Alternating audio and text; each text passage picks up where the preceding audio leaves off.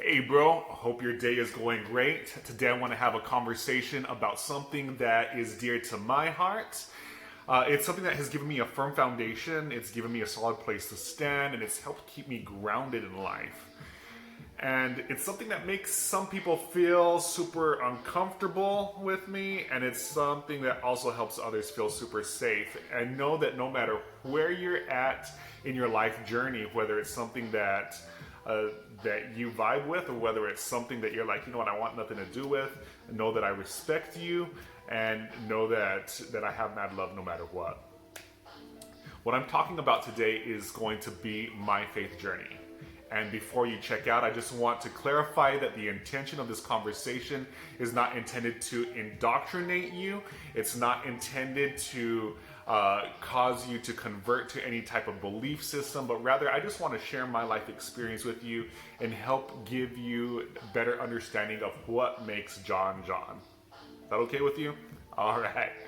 So I want to start off by saying that I'm probably one of the world's biggest skeptics.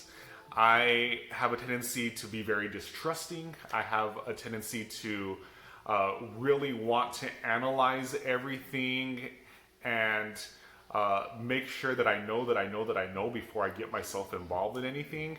And that can serve me well in a lot of ways because I avoid a lot of stupid choices. But also it can cause me to miss out on a lot of great things in life because I'm always testing to see if something is worth my time, my energy, and my emotion.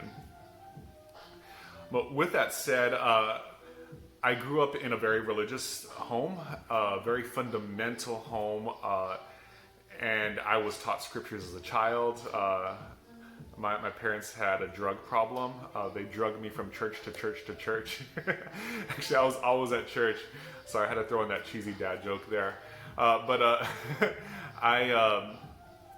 I was constantly in this religious setting, and it was one that I enjoyed, but yet one that I knew that I didn't fit into. I knew that there were certain things that took place. There was a certain way of doing life that wasn't in alignment with who I was, and I knew that from an early age. There was things that I was taught that were right and that were wrong, and I'm like, you know what? I don't agree with you, and I stayed silent about that for a long time.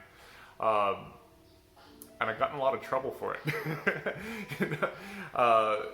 I remember the day that I chose to get baptized. That day, one of the pastors pulled me aside and had a conversation with me and says, you know what, the Word of God talks about, foolish jesting, and you're always joking around, John, and this has to stop. And I remember continuing to laugh as he told me this, because in my life, that just wasn't something that I agreed with. So even though I have actively participated in, I've been active in congregations. For those of you who don't know, I'm a former pastor. And although I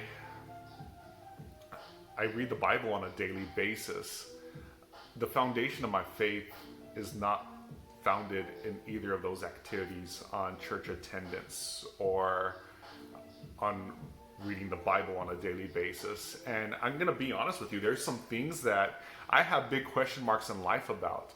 I was taught to avoid the gray in life at all possible, that things had to be black or things had to be white. And there are some things that I feel that I'm black and white about, but there's a lot of gray area in my life that I'm like, you know what, I don't know, and I'm okay not knowing. But there is a reason why I still pursue faith. And the reality is that I've gone through some huge obstacles in my life, some huge challenges. And each time that I've encountered these challenges, each time that I've been up against a struggle, these struggles, these dark seasons in life, I've always cried out to Jesus, and I've been helped. And I'm not saying that that's a story that you have to completely say, you know what, John, you're telling me this, so I ought to believe it and take it for what it's worth. I'm telling you my experience. I'm telling you that this is what I went through. There's two big examples in my life or events that took place in my life that this was very apparent, and where I got hooked. I became a Jesus junkie because of that. And there's also been multitudes of other synchronicities, I can never say that word, where it's just been like, yeah, this is legit. This is where I'm at. One of them was at the age of, actually right before I turned 15, I was involved in some things that were just not good for me to be involved in. And I remember waking up and I could literally feel that there was this entity trying to enter my body. And it was one of the ugliest, coldest, darkest feelings that I have ever felt in my life. And in that moment, I cried out to Jesus. And when I did, it left. That was the opening of the door of my life. A couple days away from the age of 15, it was actually December 22nd, 1992 that happened. That's something that I will never forget in my life. I cried out and I was helped. And that caused me to begin my faith journey. Like, this is something that I need to follow. The second, I was 20 years old and I was dealing with all the junk from my childhood. I was very suicidal. I was very depressed. And I remember I was very angry. And I remember yelling out, and I remember telling off God. And I just, throughout my life, I have not been like someone that really likes to cuss and really likes to express myself in that way. That's just who I am. And I remember, like, I was cussing at God. I was screaming at him. And I literally felt like this blanket of, the only way I can explain it is like a blanket of love that just like reached out and hugged me. And in that moment, I knew it was God. I knew that it was Jesus.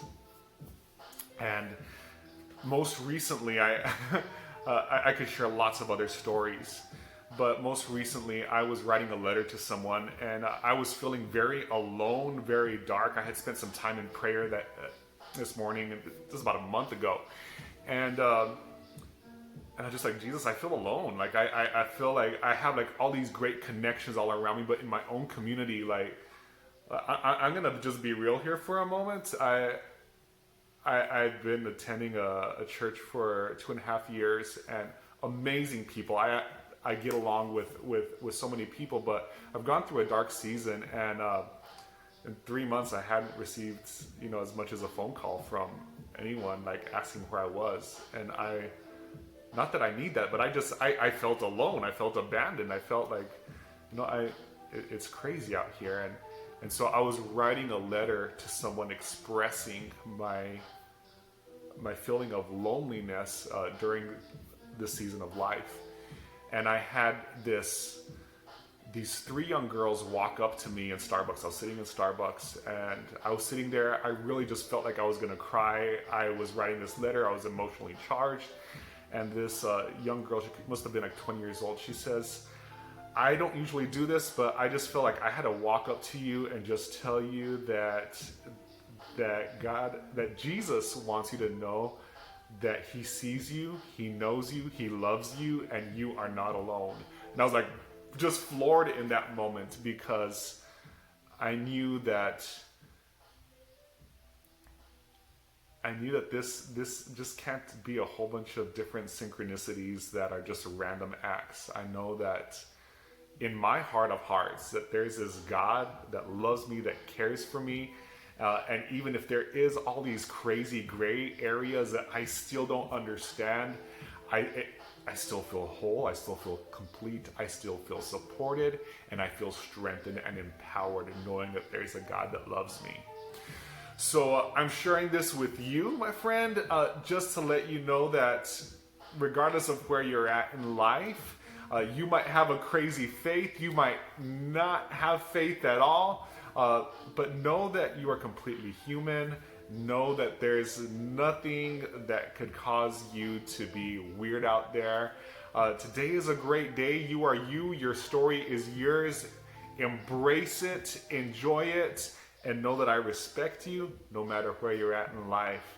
You take care, my friend. Be blessed.